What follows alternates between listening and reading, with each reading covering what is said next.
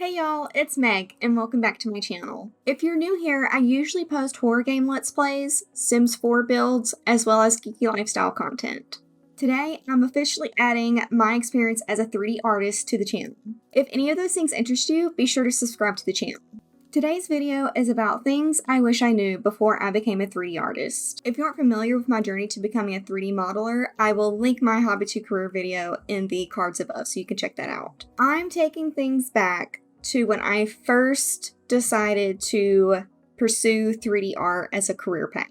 I decided to kind of break these down into sections so that they're more easily digestible. So we're going to start first with the starving artist lifestyle. A starving artist is usually someone who doesn't have much money and pursues a career in art or music and doesn't usually make enough to make a living off of that career. So I want to break this down for 3D art. So first, the salaries range pretty vastly. The average salary for a 3D modeler in the US is about $64,000 a year. The top 10% make about $97,000 a year, and the bottom 10% make about $43,000 a year. A 3D artist salary is usually about $69K a year.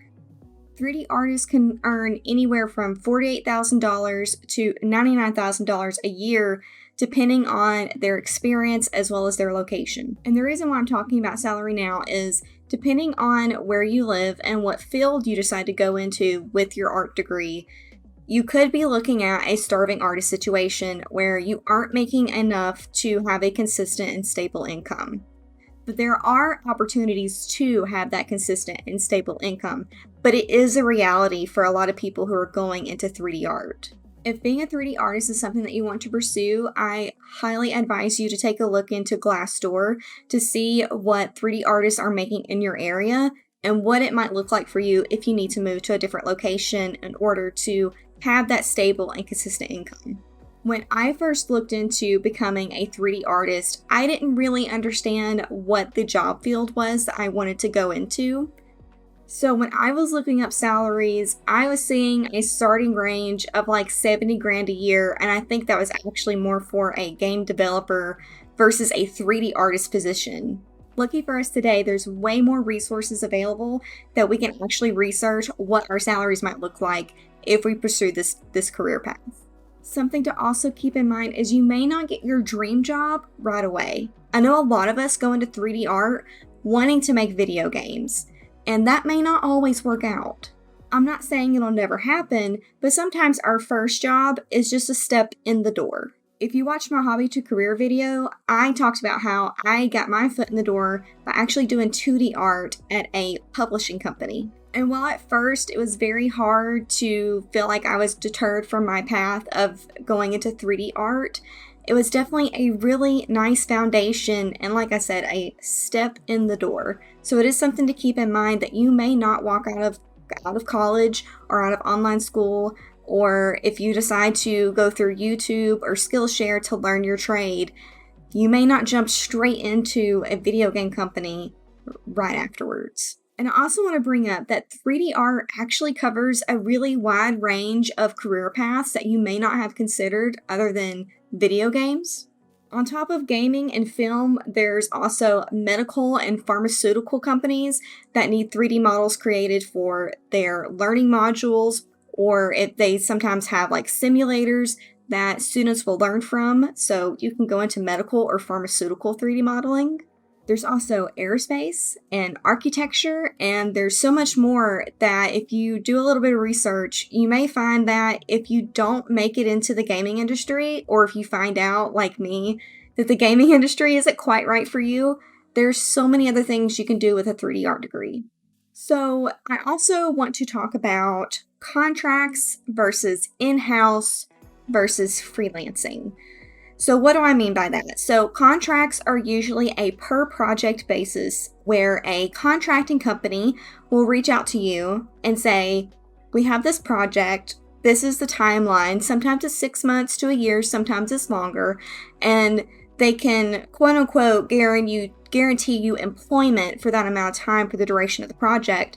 And sometimes they make a promise that like, hey, if we really like your work, we'll keep you on. And that does work out sometimes, but not always. So it's a little volatile taking contracts. An in-house position is where you actually work for the company that you're doing the 3D models for. And then freelancing is, well, usually you are your own LLC or you're a sole proprietor. There's a lot of different ways that you could take on freelancing, but you are going out and looking for those jobs and taking on those jobs from other companies, etc. So benefits for a full-time in-house employee greatly differ from those that are doing contracts or freelancing. Contractors and freelancers often have a higher chance of burnout and a less chance to progress in their industry. But unfortunately, with all of those, there is always the possibility, depending on your job benefits, there's always the possibility of unpaid overtime. I know a lot of us have heard of crunch time. So unpaid overtime, as well as job instability. Now, taking on a contract or freelance, that kind of tells you, okay, there could be some instability here, but there can also be instability with in-house 3D modeling or in-house graphics. It just greatly depends on what industry you decide to go into and how much research you do into the company you decide to go with. It's just something to keep in mind. I have finally figured out that I prefer stability over independent creativity and pursuing passion projects. So I took a more stable salary doing work that I wouldn't necessarily want to do outside of work or something that I'm passionate about in order to make sure that I can pay my bills, I can pay my student loan payments, and I can also create an emergency fund if there was a possibility for job loss. Because I took a more stable salary, I can also choose to pursue those passion projects outside of work, whether that's via a hobby or if it's an independent freelancing project that I decide to take on myself. There's so many other ways that I can find passion in my art that aren't tied to my salary. Unfortunately, many aspects of pursuing a career in game art or 3D modeling come with things that can affect our mental health. Many gamers, game developers, and artists can experience one or more of these during their career. Let's talk failure and imposter syndrome. People with imposter syndrome tend to doubt their achievements and abilities, and they often fear that they may be a fraud. I know as an artist, and pretty much every other artist I have spoken to have said that they have all experienced imposter syndrome, or they're experiencing right now, or it's going throughout their career that they constantly experience imposter syndrome. And I want you to know that if you are experiencing imposter syndrome, you are not alone. I am going to be linking some articles down below of some very successful game developers and artists in the industry that have dealt with imposter syndrome. Then we have burnout. Burnout is emotional, physical, and mental exhaustion that is often come about by prolonged stress. Those who experience burnout may feel a lack of personal accomplishment, feelings of hopelessness, insomnia, fatigue, anxiety, and all kinds of other things that come with burnout. The one good thing that I feel like really came out of the pandemic for the gaming industry in particular is that companies started to see the effects of burnout, and now that a majority of people are working from home, I know some of us have gone back to the office, but there's still a lot of us that are working from home.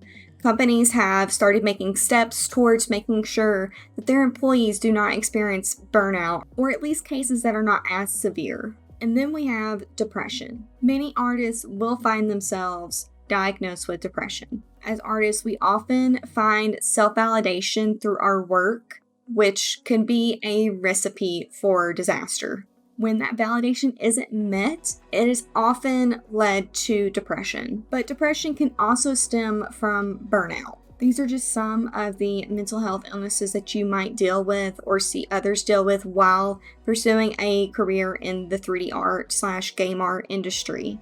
But I do want to take a second and talk about an organization called Take This. They are a nonprofit health organization that provide resources tailored to the gaming community, the game developer community. please check out their mental health resources page that I'm going to link below. I really think that it's super helpful and I love what they're doing. So I'm going to leave some of their links down below, but especially their mental health resources page. So how can you prepare yourself to actually pursue a career in 3D art or 3D modeling? Here's what I wish I had done before I pursued a career in 3D modeling. Number one, I wish I would have researched art schools way more than I actually did. When I was going to school, there wasn't a whole lot of information out there. I was mostly caught up in the commercials that were advertised to me, saying you can make video games. And so I know some of you know a couple of those schools that did have ads that would run on television. And so I did go look up those schools on the internet through Google, and I couldn't find a whole lot of information. I wasn't looking in the right places. But luckily now that information is much more accessible, and you can find just about anything you want to know on any school. With that said, though, I also recommend talking to current students. Look at all school reviews that you can find and weigh the pros and cons of going to an art school or an art school versus another art school.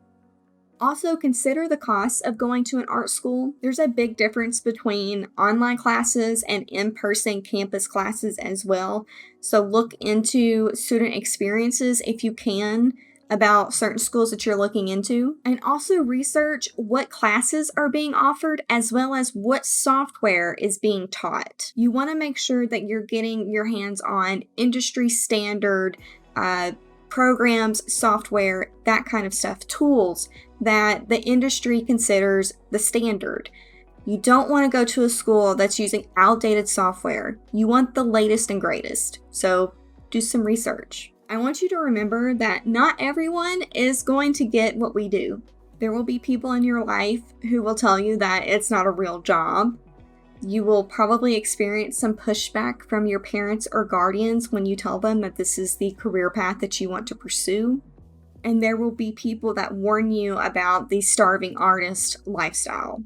So just make sure you do your own research and you have facts to back up why you want to pursue this career.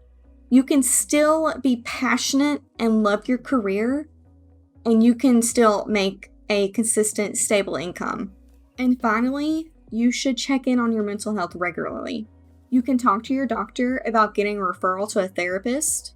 And if you need some help, I'm also going to link some resources below from Take This so that if you need some help finding support, you can get that support. And remember to reach out to your loved ones, your friends, your colleagues. Anyone has probably been through what you are going through, and we will be here to support you. You don't have to be alone. I hope that my experience will help you along your journey to pursuing a career path in 3D modeling or 3D art. As always, please leave any questions that you might have down below, and I will do my absolute best to answer them for you. I'll also be linking several articles and resources down in the description box, so be sure to check those out as well. I know this is definitely different than a lot of my other content, and this video was much more serious than what I usually put out, so I want to say thank you for joining me today. I do have more 3D artist content coming, and if you have any ideas or questions, leave them down below and maybe I'll make a video on it. I do have a video coming about my favorite 3D artist tools, so if that's something that interests you, be sure to subscribe to the channel. And with that said, I will see y'all next time. Bye!